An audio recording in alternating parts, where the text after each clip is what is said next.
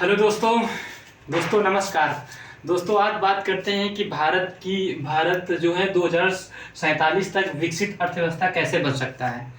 दोस्तों बात करते हैं कि भारत ने अपना लक्ष्य रखा है कि 2047 तक अपनी विकसित अर्थव्यवस्था बनने का। ठीक है, तो दोस्तों उस भारत को क्या करना पड़ेगा कि भारत जो है विकासशील अर्थव्यवस्था से विकसित अर्थव्यवस्था में बन जाए। तो भारत को कुछ कदम उठाने पड़ेंगे। जैसे कि दोस्तों बात करें कि भारत को क्या करना पड़ेगा, भारत को विनिर्माण या औद्योगिक हब बनना होगा। विनिर्माण या औद्योगिक हब से कैसे भारत को मतलब विकसित अर्थव्यवस्था बनाएगा। दोस्तों जैसे विनिर्माण मतलब होता है औद्योगिक सेक्टर।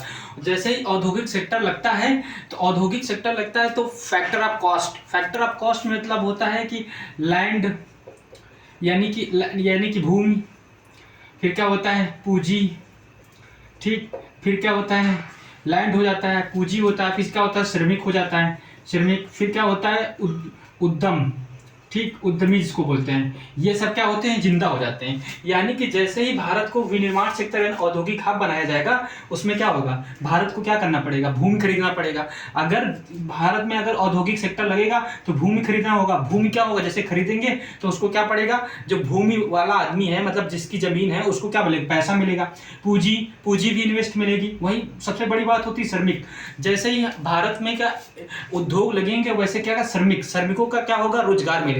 और जैसे ही श्रमिकों को रोजगार मिलेगा तो श्रमिक क्या करेंगे, अपना उद्योग, पैसा आएगा इनके पास। और जैसे ही श्रमिकों के पास पैसा आएगा, श्रमिक क्या करेंगे, मार्केट में डिमांड कर देंगे। और जैसे ही मार्केट में मतलब डिमांड क्रिएट करेंगे मार्केट में, तो मार्केट में क्या करेगा, जो एंटरप्रेन्योर है यानी कि उद्यमी है, वो अपना अलग से मतलब क्या करेगा, मतलब सामान और बनाना शुरू करेगा। अभी क्या है, जैसे 10 बनाता है तो जब मार्केट में डिमांड ज्यादा हो जाएगी तो क्या करेगा, वो 20 बनाना शुरू करेगा। वो जैसे 20 बनाएगा तो वो 10 लोगों को और रोजगार देगा। जैसे 10 लोगों को रोजगार देगा तो उसके पास पैसा आएगा। और पैसा जैसे आएगा तो उसकी क्या होगी, गरीबी, भूखमरी और शिक्षा। वो अपने क्या शिक्षा में इन्वेस्ट ज्यादा करेगा। तो जैसे शिक्षा में इन्वेस्ट करेगा तो इस प्रकार क्या होता है, भारत का जो है विकसित अर्थव्यवस्था की ओर अग्रसर हो सकता है। दूसरी बात करें भारत को कृषि में उत्पादन बढ़ाना होगा। कृषि में उत्पादन क्या होता है, भारत जो है अभी अपनी जो मतलब कृषि की प्रोडक्ट जो करता है वो कम मात्रा में उत्पादन करता है, वो बड़ी मात्रा में बनाना होगा। जैसे कि खाद्य प्रसंस्करण उद्योग है, उसको जो है पैकेजिंग करके बड़ी मात्रा में विकसित मतलब निर्यात करे दूसरों देशों को। उससे क्या होगा, भारत को क्या होगा, पैसा आएगा। जब पैसा आएगा तो भारत की क्या अर्थव्यवस्था क्या होगी, विकसित होगी। फिर तीसरा क्या करना पड़ेगा, प्रायोगिक शिक्षा। मतलब भारत में जो अभी शिक्षा है मतलब किताबों वाली दी जा रही है, तो भारत में जो शिक्षा दी जाए प्रायोगिक रूप से दी जाए, मतलब प्रयोग करके दी जाए। उस शिक्षा में क्या किया जाए, ट्रेनिंग दिया जाए, कौशल दिया जाए। जैसे दोस्तों कौशल वगैरह दिया जाएगा, पोषण दिया जाएगा, तो क्या होगा, अभी क्या जो है श्रमिक को क्या करते हैं, श्रमिक जो है ऐसे वर्कर के रूप में लगते हैं। लेकिन अगर जब जो लोग हैं, स्टूडेंट हैं, वो भारत भी, बस आपको पता है भारत भी जो जिस देश में, भारत में अभी का वर्किंग पॉपुलेशन सबसे ज्यादा है, क्योंकि 15 से 59 साल के बीच के जो एज है भारत में सबसे ज्यादा है। अगर इन्हीं मतलब जो युवा हैं उनको क्या एजुकेशन दे दिया जाए, ट्रेनिंग दे दिया जाए, कौशल दे दिया जाए, पोषण दे दिया जाए, तो वो क्या करेंगे, अच्छे मतलब कैपिटल पूंजी, ह्यूमन पूंजी बन जाएंगे। और इसको क्या होगा, तो अगर उनको अच्छा मिलेगा तो श्रमिक क्या करेंगे, श्रमिकों को अच्छा काम मिलेगा, अच्छा मतलब सेवा वाला काम मिलेगा। विदेशों में अभी क्या जाते हैं, ऐसे वर्किंग के रूप में जाते हैं, तो वैसे जब क्या करेंगे, विदेशों में जाएंगे तो बड़ी मात्रा में वहां से क्या जाएंगे, बड़ी मात्रा में वहां से प्रेषण भेजेंगे, मतलब अच्छे वर्क में। जैसे कि क्या आपने देखा होगा कि जो हमारे गूगल के सीईओ हैं सुंदर पिचाई हैं, वो क्या करते हैं, एक अच्छे मतलब अच्छी सेवाएं दे रहे हैं वहां पे, उनको बड़ी मात्रा में पैसा मिल रहा है। क्योंकि उनके पास ट्रेनिंग है, एजुकेशन है, शिक्षा है। वैसे अगर भारत के प्रत्येक व्यक्ति को अच्छा ट्रेनिंग, शिक्षा, एजुकेशन दिया जाएगा तो वो क्या करेंगे, विदेशों में जाएंगे, वहां से क्या करें, बड़ी मात्रा में प्रेशर मतलब बड़ी मात्रा में भारत में पैसा भेजेंगे। तो भारत क्या होगा, भारत में बड़ी मात्रा में पैसा आएगा तो भारत क्या विकसित अर्थव्यवस्था की ओर होगा। क्योंकि भारत जब पैसा आएगा तो फिर मार्केट में डिमांड क्रिएट करेंगे, फिर डिमांड करेंगे तो एंटरप्रेन्योर क्या करेगा, बनाएगा। तो ये सब इसके हो सकते हैं। तीसरा क्या होता है, भारत को निर्यात आधारित अर्थव्यवस्था बनाना पड़ेगा। भारत क्या करता है, अभी बड़ी मात्रा में चाइना से हम क्या करते हैं, जो चाइना से क्या करते हैं, हम चाइना से आयात ज़्यादा करते हैं लेकिन उसे निर्यात कम करते हैं, तो हम व्यापार घाटे में रहते हैं। तो भारत को क्या करना पड़ेगा, भारत को निर्यात आधारित अर्थव्यवस्था बनना पड़ेगा, यानी अपने प्रोडक्ट को क्या करेगा, विदेशों में विदेश में भेजे, हर मतलब देश में भेजे, जिससे क्या करेगा, भारत के पास पैसा ज़्यादा आएगा, और भारत के पास जैसे पैसा ज़्यादा आएगा तो भारत का क्या होगा, राजस्व क्या होगा, मजबूत होगा, और जैसे राजस्व मजबूत होगा तो भारत क्या करेगा, और बहुत सी योजनाएं लेके आएगा। जैसे भारत का राजस्व मजबूत होगा तो क्या हो सकता है, भारत का मान लो ये राजस्व है, भारत का ये भारत सरकार का राजस्व जैसे मजबूत होगा तो भारत क्या करेगा, अन्य योजनाएं लेके आएगा, योजना लेके आएगा तो वो क्या होगा, देश के हित में होगा। ठीक, तो इस तरह से भारत में क्या करना पड़ेगा, मतलब जो एजुकेशन है उसको प्रायोगिक रूप से बनाना होगा, जिसमें एजुकेशन, शिक्षा, ट्रेनिंग, स्किल, अप स्किलिंग, मतलब जो लोग कम काम कर रहे हैं, जैसे ऑफिस में है, अभी क्या होता है, जो मतलब पुराने हैं उनको मतलब क्या होगा, AI आ गया, टेक्नोलॉजी आ गया है, चैट GPT आ गया, उनका उपयोग ही नहीं करना आ रहे हैं। लेकिन अगर उन्हीं जो लोग पहले से हैं उनको आप स्किल कर दिया जाए, उनको AI में बना दिया जाए, ट्रेनिंग दे दिया जाए, तो वो भी लोग अच्छा वर्किंग काम करेंगे, वो भी देश के विकास में काम करेंगे।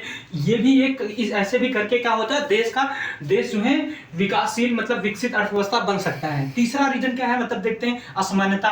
भारत में दोस्तों पता है कि जैसे कि पुरुषों को ज्यादा महत्व दिया गया है, महिला को ज्यादा महत्व दिया गया है, और लगभग पता होगा कि भारत में क्या है, लगभग 52-53% पुरुष हैं, वही 48 लगभग 48 पॉइंट समथिंग % कुछ महिलाएं हैं। जब देश में लगभग आधा पुरुष है, आधा महिलाएं हैं, तो अगर जब आधी महिलाएं वर्किंग मतलब रूप में काम ही नहीं करेंगे, मतलब मार्केट में जो आधी महिलाएं हैं, अगर मार्केट में मतलब 50% महिलाएं हैं और ये मार्केट में डिमांड ही नहीं क्रिएट करेंगे तो कैसे देश का विकास होगा।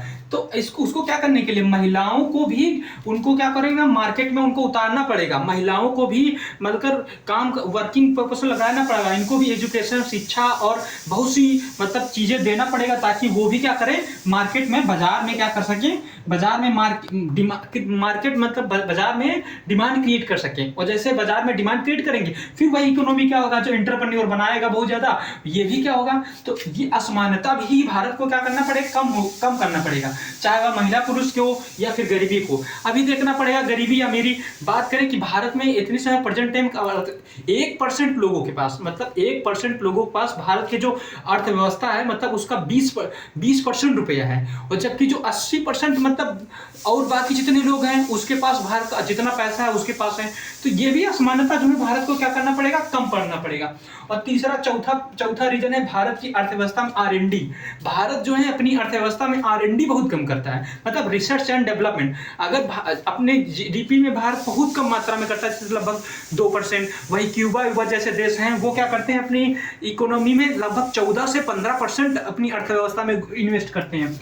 दूसरा तो हमको ये भी बढ़ाना होगा दोस्तों, स्किल आधारित राजधानियां बनाना पड़ेगा। जैसे कि भारत को अगर अर्थव्यवस्था अपना विकासशील मतलब विकसित अर्थव्यवस्था करना है तो क्या करना पड़ेगा, भारत को क्या करना पड़ेगा, स्किल आधारित राजधानी बनाना पड़ेगा। स्किल आधारित राजधानी मतलब जैसे भारत उत्तर प्रदेश है, तो उत्तर प्रदेश में इतना बड़ा स्टेट है, तो उत्तर प्रदेश में क्या करें, 4-5 स्किल राजधानी बनाते जाए। जैसे कि यहाँ पे कृषि की राजधानी मतलब कृषि का मतलब ट्रेनिंग दिया जाएगा, वहाँ पर सूक्ष्म मध्यम उद्योग वाला जैसे बनाते जाए, मतलब भारत को 4-5 भागों में बांट दिया जाए। जैसे कि मान लो कि लखनऊ में क्या किया दिया जाए, स्किल मतलब क्या बोलते हैं, कृषि वाली ट्रेनिंग दिया जाए। फिर प्रयागराज में किसे ली जाए, सूक्ष्म मध्यम उद्योग कैसे विकसित किया जाए इसका दिया जाए। फिर मेरठ में दूसरा चीज़ के स्किल दिया जाए, कैसे ड्रोन को उपयोग किया जाएगा, कैसे महिलाएं इसका उपयोग कर सकती। इस प्रकार अगर पूरे उत्तर प्रदेश में, इसी तरह पूरे भारत में अगर उनको स्किल आधारित राजधानियां बनाई जाएं तो भारत का विकास बड़ी मात्रा में होगा। क्योंकि भारत फिर क्या करेगा, जो स्किल आधारित होंगे तो लोग प्रोडक्ट अच्छा बनाएंगे, कंपिटिटिव प्रोडक्ट बनाएंगे, जो कि पूरे विश्व में क्या होगा, हमारी पूरी दूसरे से डिमांड मतलब क्या प्रतिस्पर्धा करेगा, तो हमारी अर्थव्यवस्था इस तरह भी बढ़ सकती है। तीसरा क्या हुआ, लोकतांत्रिक जो व्यवस्था है उसमें समावेशी विकास, मतलब जो हमारे देश में जो भ्रष्टाचार है और समावेशी विकास है, जो जवाबदेहिता है, पारदर्शिता है, सत्यनिष्ठा है, ईमानदारी, ये क्या है ना, ये अपनी जो संस्थाएं हैं इनको बड़ी मात्रा में बढ़ाना पड़ेगा, लोगों की भागीदारी बढ़ाना पड़ेगा।